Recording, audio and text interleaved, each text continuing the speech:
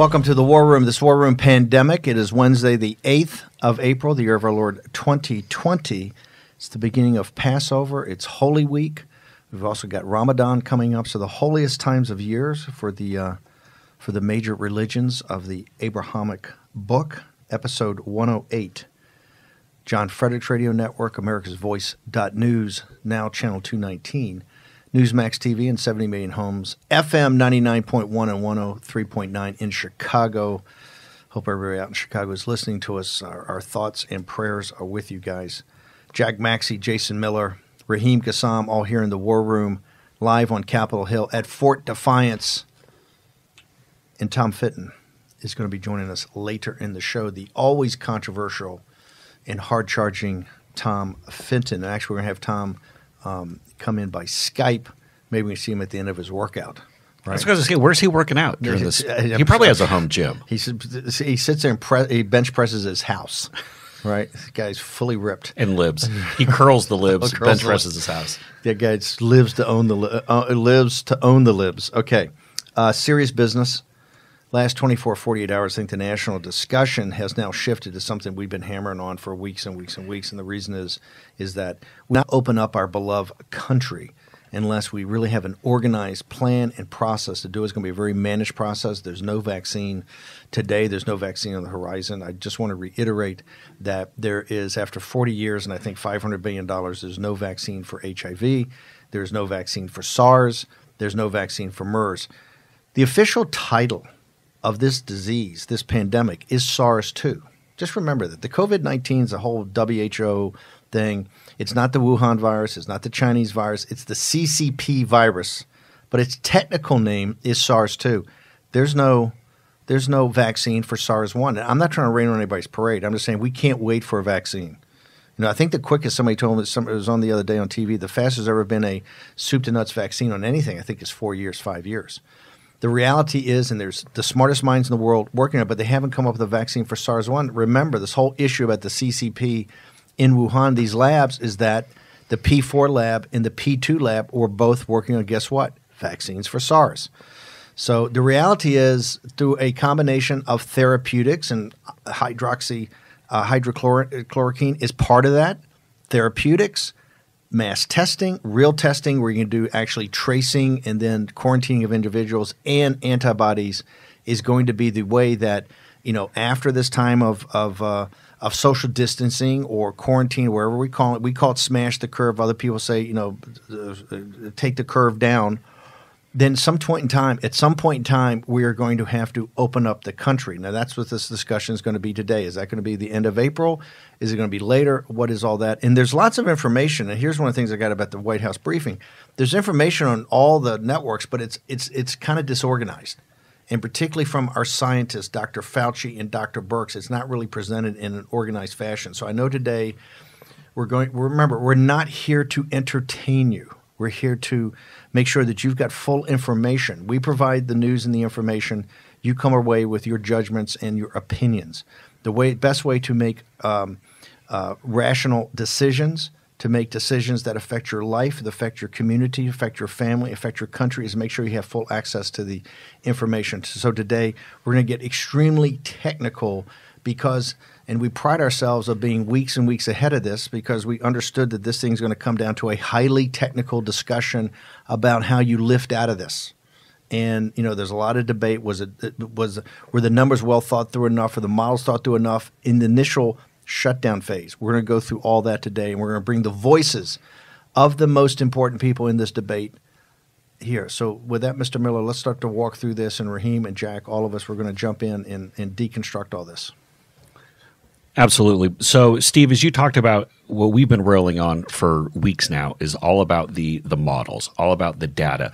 What specific pieces of information are then being presented to President Trump so we can make these public policy decisions as to mitigation efforts? That's what it's all about. Just within this last 24, 48 hours, seems the rest of the country has woken up with regard to modeling and data and kind of what the White House is using.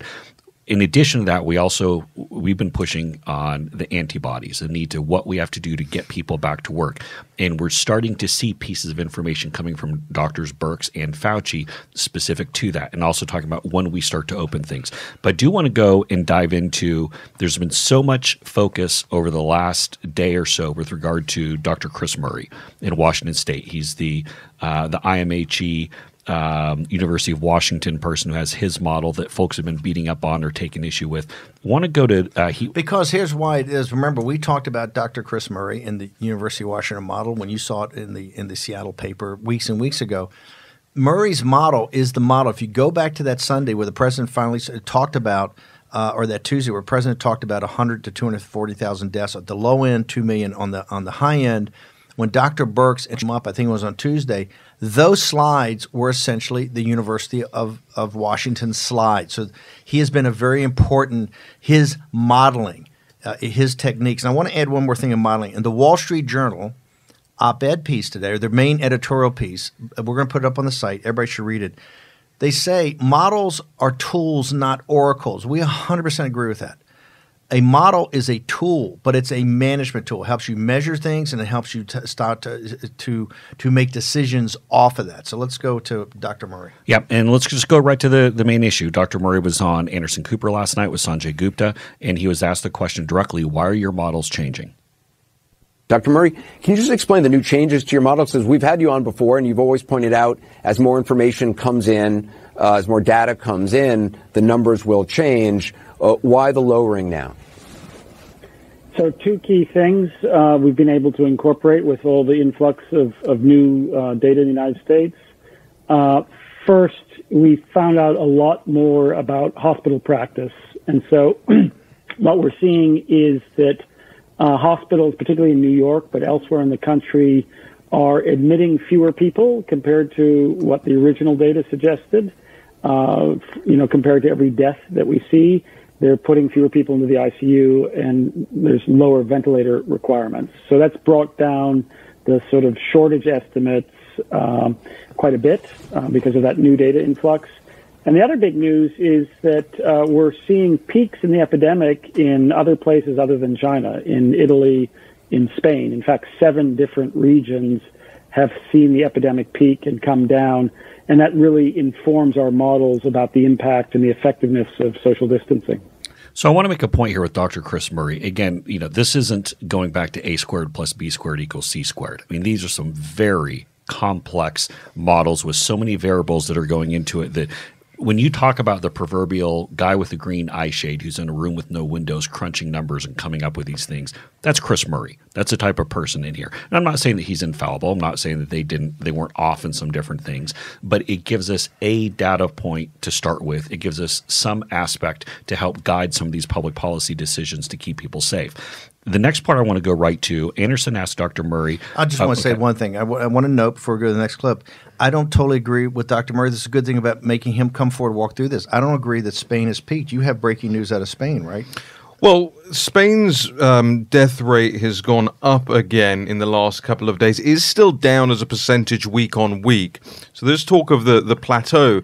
But the question is how long this plateau is. And as Jason often notes, how long the tail is of this thing and whether the tail drops off steeply or whether it continues down, quite slowly. In Spain recording another 775 deaths overnight. They had reached as low a number as 637 earlier this week on Monday, but that is ticking up slightly again. And look, let's go right to the next thing. I got to give Anderson credit here. He goes right at Dr. Murray. It says, ask the tough question. It says, why are your numbers different than the White House's? Here's what he said. Question, do you know, why the White House's numbers have been higher than yours? When your model was saying 80,000, this was a while ago, that's when they came out with the 100,000 to 240,000 figure. Do you know why their numbers have been higher? And also, what are yours dependent on in terms of people abiding by stay-at-home orders and social distancing? How long in your modeling is that expected to last for? Our models, we are building in the assumption that social distancing is going to stay in place till we hit the sort of threshold when we think the first wave is essentially over. And we use a number, which is 0.3 deaths per million people in the U.S. So basically 60 deaths in the United States in a day would be that threshold. And that should come first week of June. And so we're building in the assumption that social distancing is in place until then. We will start to release, hopefully later this week or by the weekend, what might happen if we take social distancing off before then. Okay. This is where it's got to, we now have to have the White House. I hope everybody in this audience is coached up enough to understand what a bombshell this is. Okay, this is a bombshell. He's essentially saying on at least the model that we've seen up at these White House briefings. And I think the answer to the first question, the 100,000 to 240, was about 88. I do think that the White House, they did say verbally that the number had come down over the last couple of days. I think Dr. Birx and Fauci said that they didn't put up the details, and this is one of our problems, not precision, not precise, but I believe that they fully said, yes, the model's coming down because of social distancing. We still don't know the level of social distancing, what you're supposed to do, all that. But here is what the problem is. And this gets to maybe why Vice President Pence had said at CNN a week ago that we're going to look at this around Memorial Day and for June. What he's saying is that until you get to 60 deaths a day in the United States, right, which we're way, way, way far from that, at least if you look at where we are today, that you can't even start to think of taking off and opening back up the country. And it also means all social distancing for all of May. So this whole thing's of our 30 days to save America and this whole concept of unlocking on April 30th or therefore is not even in his model. It's not even considered. He considers, hey, you got to get all the way through May in the same way you are now, and then as we get to 60 deaths, then you can think about it.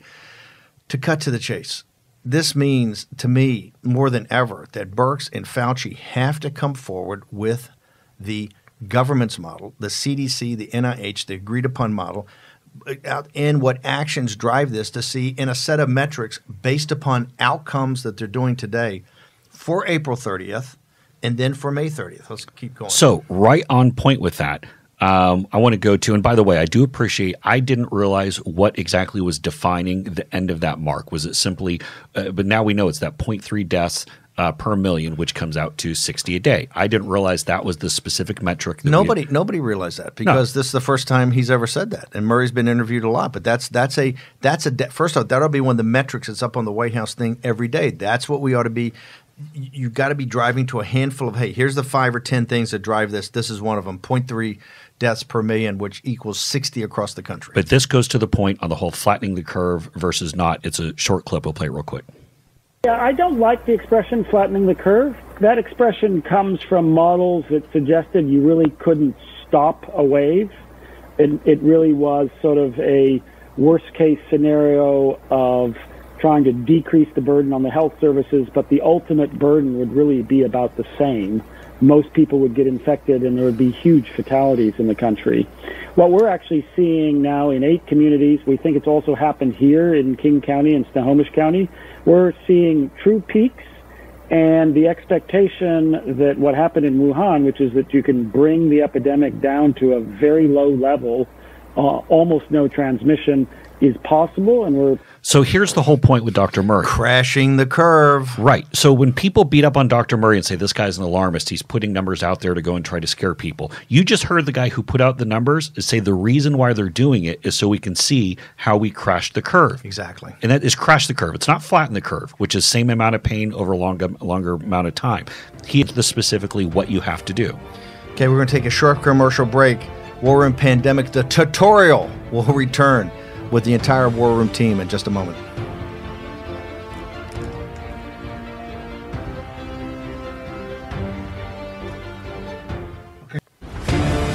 War Room Pandemic with Stephen K. Bannon. The epidemic is a demon, and we cannot let this demon hide.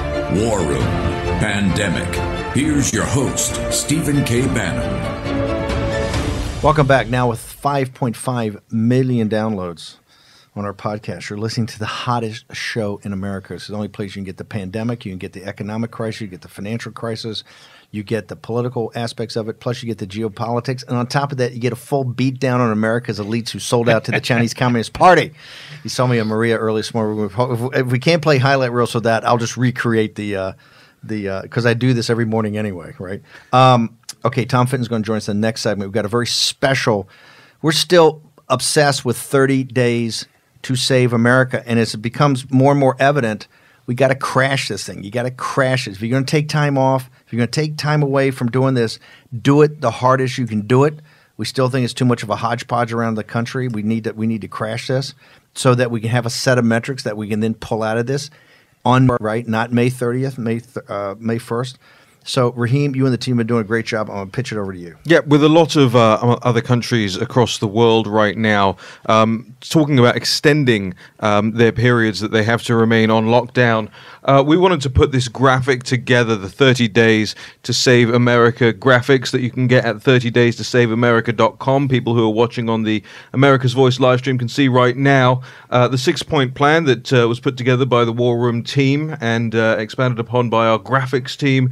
There, it goes through the list of all the points that we've raised on the 30daystosaveamerica.com. Stop non-essential air and rail travel, institute national shelter in place, requiring masks in public, quarantining hotspots, expanded use of therapeutics, and expanding mass testing. And we're going to have that video on our Twitter feed at War Room Pandemic, as well as at 30daystosaveamerica.com. We encourage everyone to share it widely.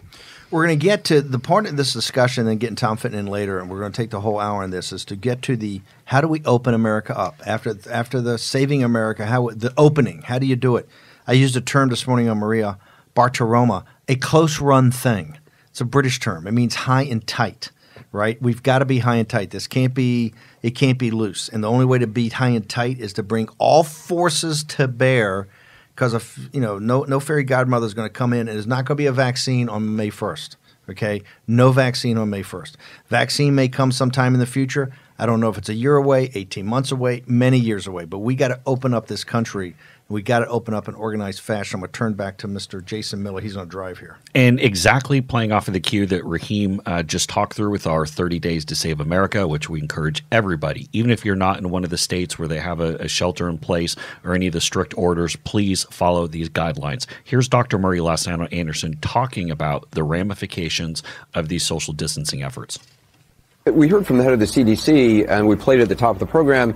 He was saying that the numbers are going to be lower than what the 200,000 figure that the White House had talked about as being on the high end of what might possibly happen.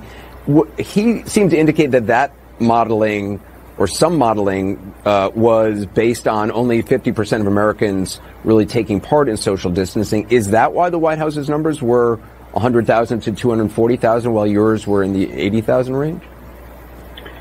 I don't know. We haven't seen their model. So they haven't shown you how they made their predictions? No, we haven't seen that at all. And quite honestly, 50% social distancing, we don't think that would lead to curtailing the epidemic. It really needs to be, unless I don't understand that metric, but it really needs to be every state, because it's going to be very easy if some states have an epidemic that's still ongoing, other states have controlled it, to have reintroduction of the virus back into the states that have already gone through all the pain to. And this is exactly what Dr. Birx was saying this morning as she was making the rounds. She did the full Birx. So it was NBC, CBS, and ABC this morning. Different scarf for each show? No, Same it was, scarf? Okay. But it was stunning. The scarf she had was stunning. She's very stylish. She's very stylish. She brings a sense of a close run, high and tight. So I'd like to see the numbers that backed it up. Let's go to Dr. Birx and see what she's got to say. And for those listening, she's an Army colonel or brigadier general. She's an Army colonel, I think it is. We'll find if she's Army Medical Corps, one of the medical corps. Colonel Birx or General Birx. Maybe we give her a field promotion. And we have poor Raheem cringes every time we talk about her scarf, but we don't give him enough credit. No, because she's more Natalie attired than Raheem.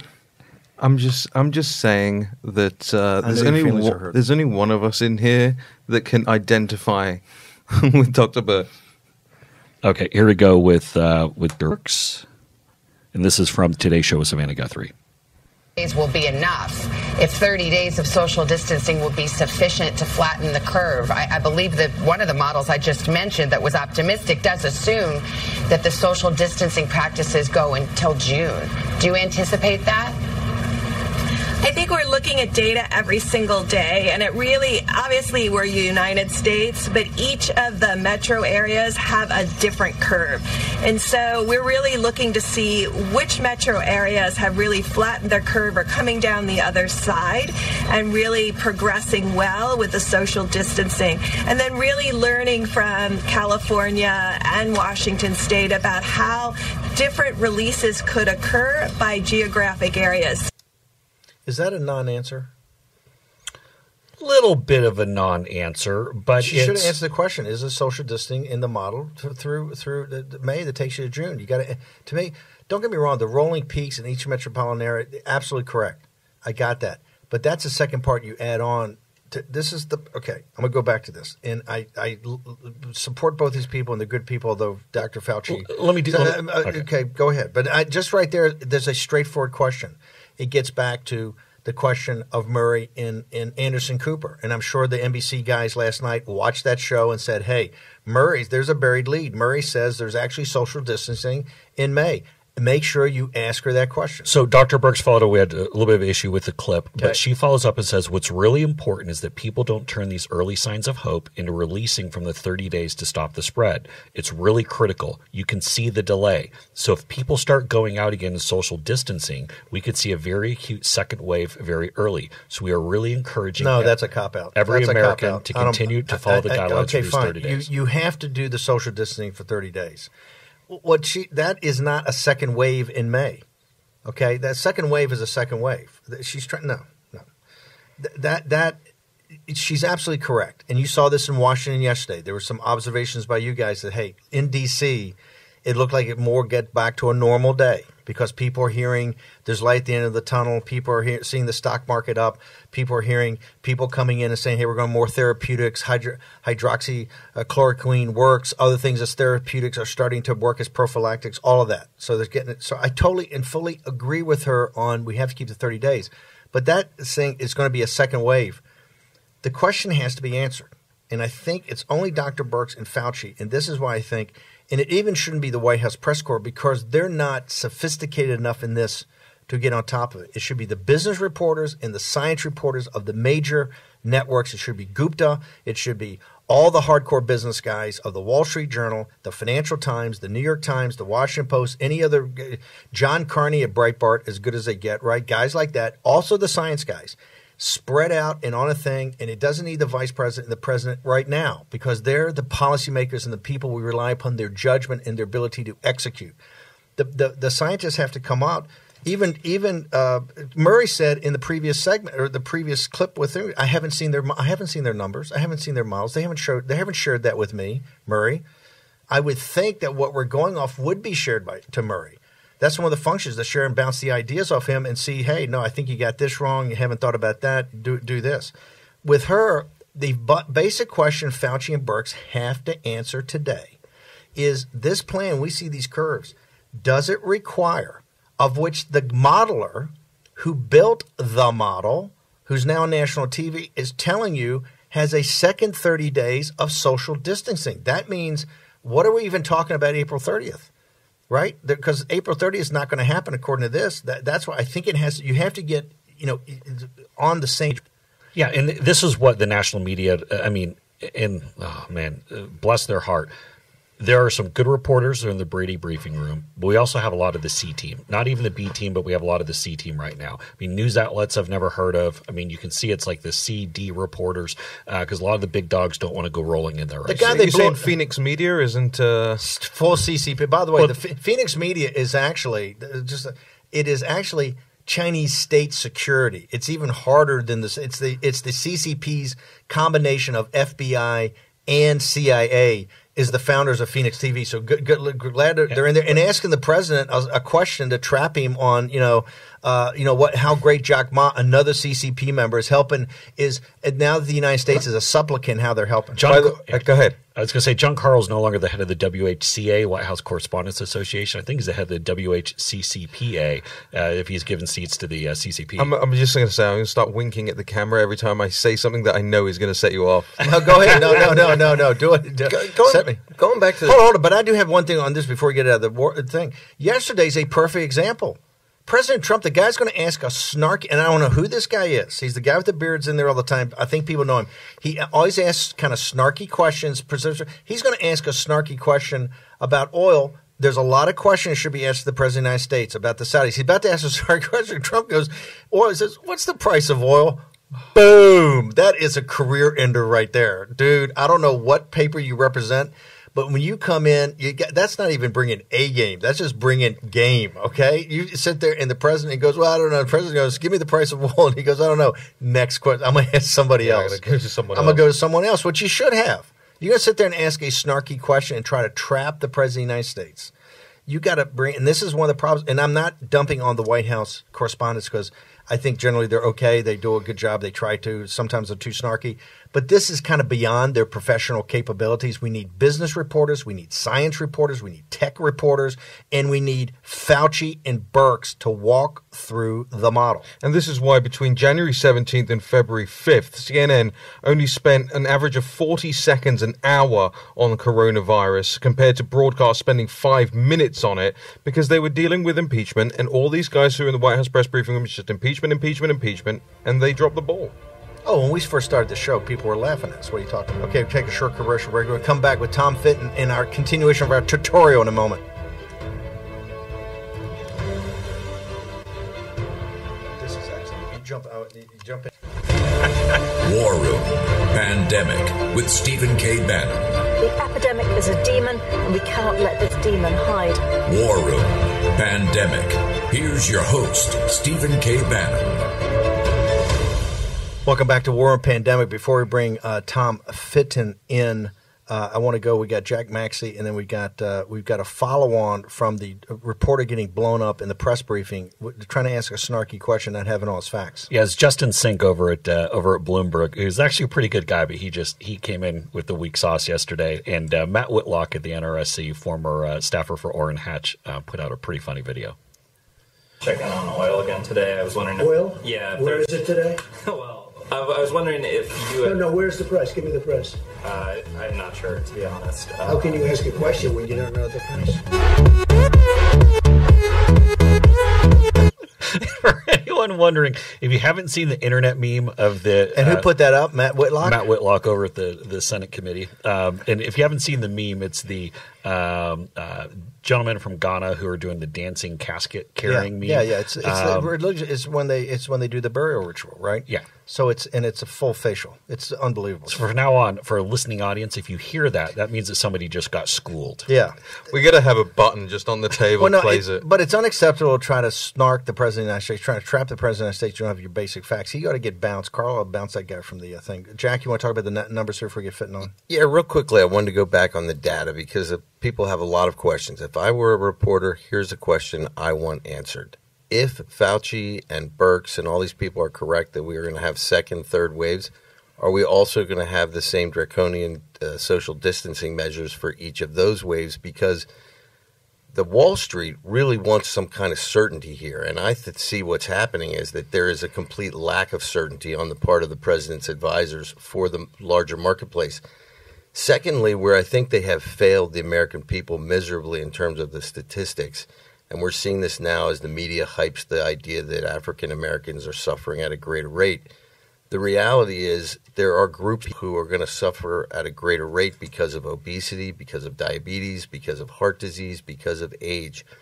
All of these morbidities should be and should have been defined from the very start, so that these people are most vulnerable. I know that, but I think that's in the second, third wave. We'll talk about how you open. Well, they're saying that they're going to give those stats now, but they should have given those stats a month and a half ago, in my mind. Okay, well, some of that's the political correctness in the administrative state, but people are learning. Even the progressives are learning, and I think this is when we talk about an opening in a managed opening for these second and third waves to not go to broader, another 30 days of shut down America, you're going to have these managed processes, which we'll get to. They're great points. I want to bring in now Tom Fitton from Judicial Watch. The reason that Judicial Watch has become one of the major institutions on the right is because of the tenacity and grit of Tom Fitton, and just a tremendous leader on the conservative movement. And he's been on this whole thing about getting the numbers right and all that. And he and I have been talking the last couple of days. Tom, wanted to have you on for our audience and to give your unexpurgated opinion about where we stand here and what's got to happen about the metrics and the numbers and what the White House has to be coming forward with. Well, the first lesson we know at Judicial Watch is don't trust the bureaucracies. The bureaucracies didn't want to do much on coronavirus. There were a few voices warning that we needed to take significant steps, and the president heeded them. And so in reaction, the bureaucracies go overboard and want to destroy the country's economy in order to cure the pandemic, which is a wild experiment that has no basis in science or reality. And I'm not against using models. I'm not against trying to estimate where problems will arise and deploying resources adequately. But right now, we're not doing any of that. We have just indiscriminately and for a lengthy period of time shut down people, keep people in their homes, and destroy businesses without any fair foundation. And we were told last week, Steve, that 100,000 people at least would die with mitigation. So it assumed the shutdowns would still result in 100,000 people dying. Now the latest numbers are around 60,000 names, showing that Dr. Fauci, his initial analysis last month was right, that this won't be like a severe flu crisis. Now, it's worse than the flu in that you don't want to get it and the complications from it can be lifelong. But in the end, it can't be that we close the country down to solve a pandemic. The president should reorient and refocus his team on getting the country open, gaining access to treatments and preventatives. India, for instance, has allowed the use of hydrochloroquine as a preventative for frontline healthcare workers and family household members of those who have coronavirus. Why aren't we focused on that? The president's leadership here has always been key, and on a positive note, when all is said and is done, he will be responsible single-handedly because of his leadership on this drug for saving countless American lives and probably lives worldwide by highlighting the potential efficacy of this drug. What do you think ought to happen right now? Since we're in the middle of this thing, and you see, you're absolutely correct. You heard this is why we're hammering on Dr. Birx and others talking about the underlying assumption in this model, still from Dr. Murray in Washington, is that there's another mitigation period of basically a lockdown all the month of May, and this really comes up for discussion at the end of May, the beginning of June. What would you recommend for the White House briefings for Dr. Fauci, for Dr. Birx, and what course of action do you think ought to be taken right now? In terms of reemphasizing and reorienting the task force, they need to start modeling the destruction to our healthcare system as a result of this shutdown, because it's like the whole patient approach. The whole patient needs to be treated here, and you can't destroy the healthcare system in order to save lives, which is now what this current economic shutdown is doing, because hospitals are laying off workers, doctors are losing their practices and having to throw out staff. People can't get elective medical treatment, and as you know, elective is a mighty elastic word. So the damage here is terrible to the healthcare system, and we're not hearing that from the voices we're seeing at the White House press conference. I think Dr. Fauci, Dr. Birx are doing their darndest to try to save lives, but they have a particular point of view, and the numbers they've been relying upon, however much in good faith, have turned out to be phantom numbers. The goalposts aren't moving. They never were there to begin with because they've been changed almost hourly, and you see it happening on the podiums. The president's his instincts are right on this, and he needs to have the team around him reflect his instincts, and they're not. Tom, how did people get more access to you? Twitter handle? How did they find out more about Judicial Watch? I know you've become one of the most prominent institutions over the last couple of years from a very small start. but how do people get more access to you? So they can go to our website at judicialwatch.org, and it's at Tom Fitton and at Judicial Watch. And just quickly, the next battle is saving our elections from the coronavirus excuse, from being undermined by the left using coronavirus as a pretext to throw out voter ID laws in 35 states. This is the clear and present danger to our system that the president should spend as much time emphasizing. Again, his instincts are to emphasize it and talk about it, but his team isn't focused on it either. You're talking about, before you go, you're talking about also this vote by mail, and we have a 30-day election period in October that leads up to November, but it's not a single day vote. It's where you do just a national mail-in ballot and maybe even electronic voting. Vote by mail would means no voter ID. When they say vote by mail, that means no voter ID, and it also means ballot harvesting, where you can have third parties collecting ballots without virtually any check, which is an open invitation for voter fraud. So if you want to figure out how to steal an election, you want to set up the system the left is recommending. Vote by mail, no voter ID, ballot harvesting, and elections that occur over the course of months rather than on a particular day. Tom Fitton, what's your Twitter handle again? Because I know you lighten people up. You're owning the libs all day long on your Twitter feed. What's your Twitter handle? It's at Tom Fitton, and at Judicial Watch as well. And of course, Steve, we're not just talking about it. We've got the Freedom of Information Act request.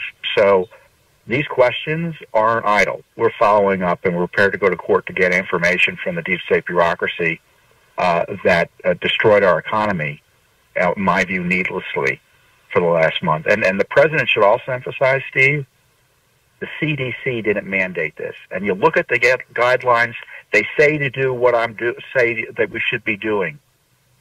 Severe community threat, maybe you shut down schools. Maybe you do X, Y, and Z. None of it suggests a statewide shutdown of everything in response to any coronavirus cases in your state. This is insanity. We're committing economic suicide with little basis in science, or now we know in reality, given the numbers. How did the coronavirus task force come up with this initial recommendation then, which is basically 30 days ago? How do you think they came up with the recommendation to back governors that were going to do this? We don't know. Well, that's one of the good questions you asked, Steve, because we don't know. They looked at various models, and they came out with charts to the media last week, and there's really nothing much beyond that. And since then, when questioned on it, everything starts getting vague and incoherent. The president's press conferences have been a highlight in terms of transparency. The weak spots have been the discussions by his experts of the numbers and the basis for them, and the reasons, and how we can rely on them to do specific things, and it all just collapses upon even surface questioning. He's 100% right. Before you go, the key thing of this, what Fitton said, and focus on opening up the darn country. Yeah, but get a set of metrics that we can look at now that certain action, what these actions are driving as measures. Fitton brings up the key point we've been trying to emphasize: the 100,000 to the 240, the spread. The 100,000 assumed you were doing these actions. To have the thing drop from 88 now to 68 or 60. That's where you guys start questioning, hey, what exactly are we doing to jump in? It assumes that we're doing it through the end of May, beginning of June. That's the key. And yes, 100%. That's what Murray's told us. So, Tom, thank you very much. By the way, on my 30 days since... But the metrics are collecting the data. We should be, as you point out, we should be testing, or even just collecting the data of hospitalizations and deaths and ICU needs. That helps you model it. But the idea that these models that look out into the future...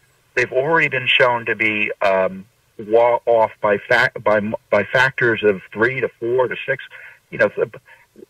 Look, when they told us 100,000 deaths with mitigation, everyone in Washington, anyone sensible, should have screamed and said, "What are you telling us? That we're doing all of this and we're still going to be 30 to 60 times worse than China's reported deaths? Let's say China's deaths were double. we would have been double what happened in China. That obviously didn't make sense. And in my view is that the president wanted to reopen the country back up. His public health officials advising him disagreed, I think probably for good reasons and maybe on good faith basis. But I think the president's instincts were right. And so in order to convince him to do this, they used numbers that, if public, would corner him into pushing for a continued shutdown. And I think he should just push back and say, we've tried this, the country's dying, we've got to get it resurrected. And that means you got to, I think, come forward with, hey, what is your model and what's the plan off that model? If it's going to be the end of April, let's see that. And let's see what the outcomes you're driving to. And what are the assumptions? That's the 100%. Wait for the end of April. That's 30 to 40 million people out of work at the end of April. Oh, this should have been done last week, and this is why we could be yelling about it. You should be yelling about it every day. We need to open. Which governor is going to take the lead, for instance, in opening their state back up? Tom, we got to bounce. The models are collapsing. We got to bounce to a hard break. We'll be right back with War Room Pandemic in a second. War Room Pandemic with Stephen K. Bannon. The epidemic is a demon, and we cannot let this demon hide. War Room Pandemic. Here's your host, Stephen K. Bannon. Welcome back to the War Room. Tom Fitton was on fire. He's saying don't wait to the end of the 30 days. Get the numbers up there now. Let's make some decisions and see if we can't get an organized, we do have, and I think we're going to get to about the antibodies and all that. So I'm going to turn it back over to you, Jason. I know we got a bunch of other clips we got played to see exactly where we are. Anything else on Fitton? Well, the one thing, Tom, is also about the point of go back to Murray. The bid and the ask between Tom, who's very rational about this, and Murray, who's also rational about this, but thinking about it in two different ways.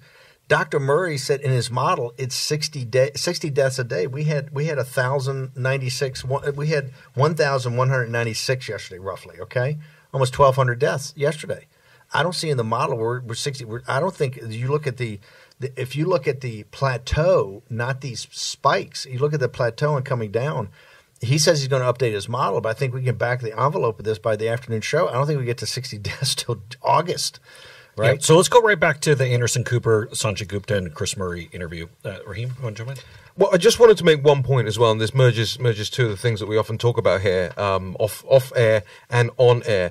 And I'll address the audience directly on this one. We pull the clips from the shows every day, the interviews that we do. They all go up on Twitter, on YouTube. You can search everything. We have a team working on that stuff. And I want you to do this one in particular with what I'm about to say, and make sure you share it and get it out there as much as possible, because a meme has occurred with the blue check marks and the journalists and the White House press briefing room to say, and something that Tom Fitton just mentioned is the postal ballot fraud, right? And they're all saying now it's never happened. There's never any fraud around these things. Anybody who objects to mail-in ballot just hates democracy and they don't want people to have their say. False. Manufactured results have come in all across the United Kingdom and Europe on postal vote ballot fraud for years now. A sitting mayor with a budget of over £1 billion a year was removed from office in 2015 because of postal ballot fraud. You do not want that coming to America, and Tom Fitton was exactly right to warn against it. I'll tell you one note on that. So I grew up in Washington State. My parents still live there. My dad sent me a picture of what the new Washington's mail-in ballots, of what they look like now. You have to check on the outside of the envelope. Is this for the Republican primary or the Democrat primary? So my dad sends on me always like, wait a minute, I live in Seattle. Like, you don't think the crazies are going to throw this in the trash? I had buddies from high school, people I grew up with, all send me the same screenshot of the envelope being like, in Washington State, I don't feel comfortable mailing a ballot that has Republican primary check marked on the outside. So you don't think that there's some room for hanky-panky? I introduced you to my friends from Washington State. Some room? It's the entire point of it. Hanky-panky is the entire point of postal ballots. And that's what the Labour Party in the UK and the Tower Hamlets First Party, which this mayor was the head of in 2015, he got removed from office and banned from standing in any elections because it was clear what he was doing. Well, let's get back to modeling, and specifically last night and this morning, the interviews we're seeing. Do you know why the White House doesn't share the data behind their modeling? No, I don't know. I mean, what we've heard them say is they're looking at lots of different models, of which Dr. Murray's is one of them, but his is the one that they've cited, obviously, a few times. But we don't know which models we're looking at. And frankly, I also don't know, all these models are built on assumptions, certain assumptions, and, even more than the model sometimes, I'm not sure which assumptions they're making to sort of feed the model as well. It's a big gray area when you look at these models in terms of, the number of possible hospitalizations, the number of possible deaths, and it's pretty wide ranging as a result. But again, and I want to go right to Dr. Brooks, then we're going to tie these two together. This is from this morning. This is her CBS interview. Numbers. And so we do track the numbers very carefully. We track the numbers because they're a reflection of what's happening to people in the community. And so we are beginning to see some flattening of the number of new cases per day in specific metro areas. Remember, we do this very granularly. We look at the county level.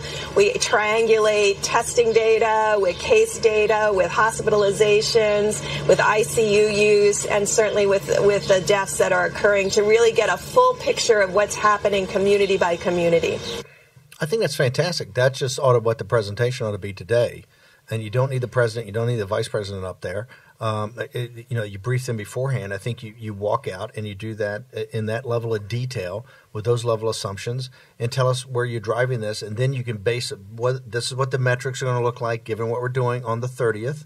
And this is then it's the organized program of both use of therapeutics, mass testing and tracking and quarantining of individuals, the antibodies, which we'll get into later, the antibodies testing, plus then taking those areas that we know could be high risk with comorbidities or whatever, the most people, and what are we going to do for either quarantining that off or making sure that there's some social distancing in those sections.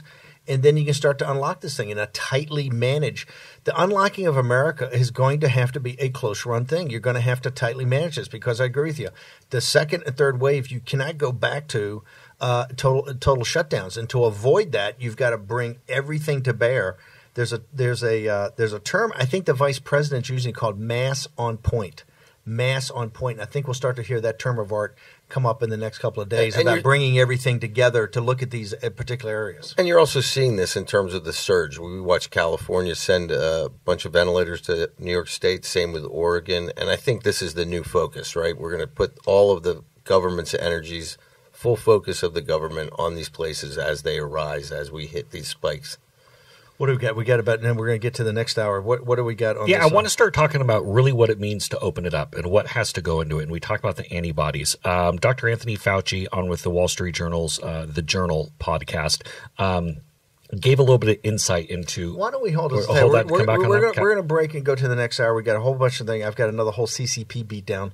Right, got to get my morning exercise in. But before I was going to challenge Fitton at the end of 30 days, since we're all working on ourselves in this 30 days. I was going to challenge Fitton to a push-up contest at the at the end. That wouldn't be fair to Tom. Exactly. Well, I didn't want to say that. Thank you. That's why you're a good co-host. Hashtag War Room Pandemic. We want to hear all of your comments on the tutorial today. You've been coached up enough. Remember, you're the most sophisticated audience in America because you hear all this stuff weeks and weeks and weeks before the mainstream media gets to it. So we want to make sure we get your comments, your observations, things you think we're missing. Also, snippets of news. There's so many articles that you people send on that it's fantastic. Also, at War Room Pandemic, at War Room 2020.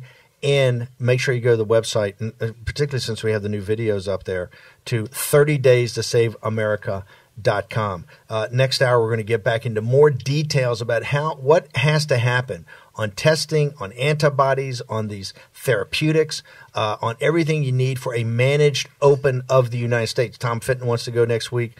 We think you're probably going to have to go through the 30 days and do it at the end of April, but we'll get to all that in the next hour of War Room Pandemic. Jack Maxey, Steve Bannon, Raheem Sam. See you in a second.